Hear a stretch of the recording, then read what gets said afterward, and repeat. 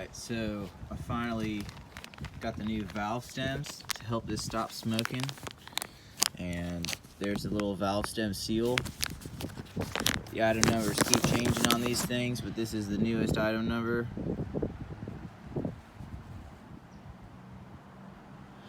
And I got a couple exhaust valves as well. But I'm gonna try to just do my seals and see if that works.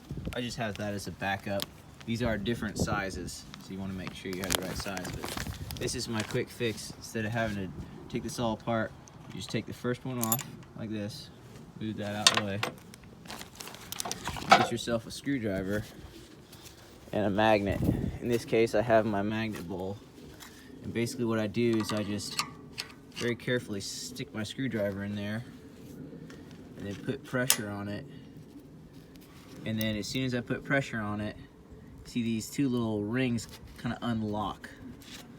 So what you want to do is get on either side of it, get a pair of vice grips, hold the tip so the valve doesn't keep going down inside, you know? Get a little magnet and pull those little two locking rings out.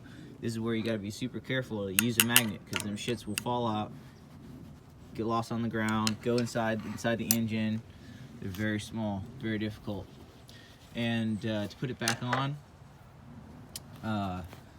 it's really hard to do it with a screwdriver if you don't have a buddy and you're doing it by yourself. But to put it back on, I just used a wrench and just kind of like use this, because I can kind of get both sides of it. And then I push down on it. It's really hard to do this with the camera, but I push down on it using this method. And then when the little things fall out, it kind of catches on the inside of the wrench here, and you're like, oh crap, fiddle it back down into the hole, press it again, do it again. And once I get this off, I'll show you what I did with the seal.